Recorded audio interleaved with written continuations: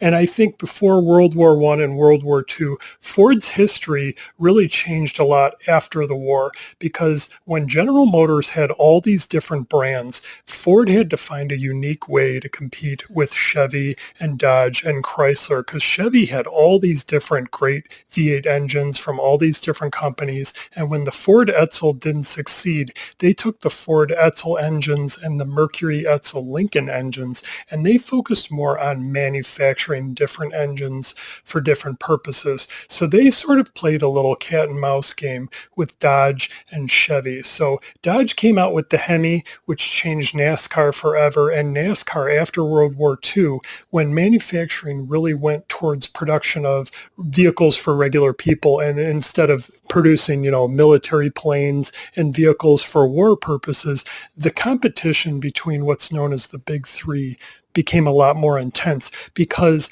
one company would do one thing and then the other company was forced to sort of react and respond. So Chevy came out with their small block, and then Ford had to quickly switch their Y block because all the General Motors blocks had bigger displacements and they could be increased. So they quickly had to switch to the FE engines, which is known as the Ford Edsel engines.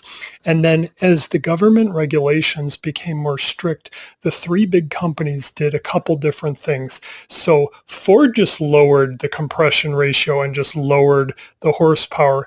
Chevy already had much lighter engines, and it was a little easier to get the fuel economy standards by just using the corporate engines across the board.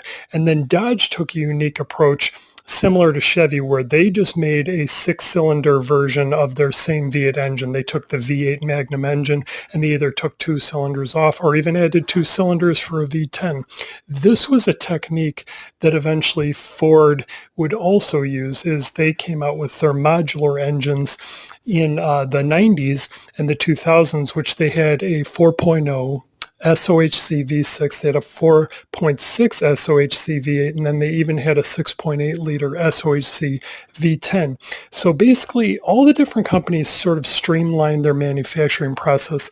In Chrysler, their answer was to build single overhead cam V6s and keep the Hemi, where Chevy decided to stay old school and make the small block for all their different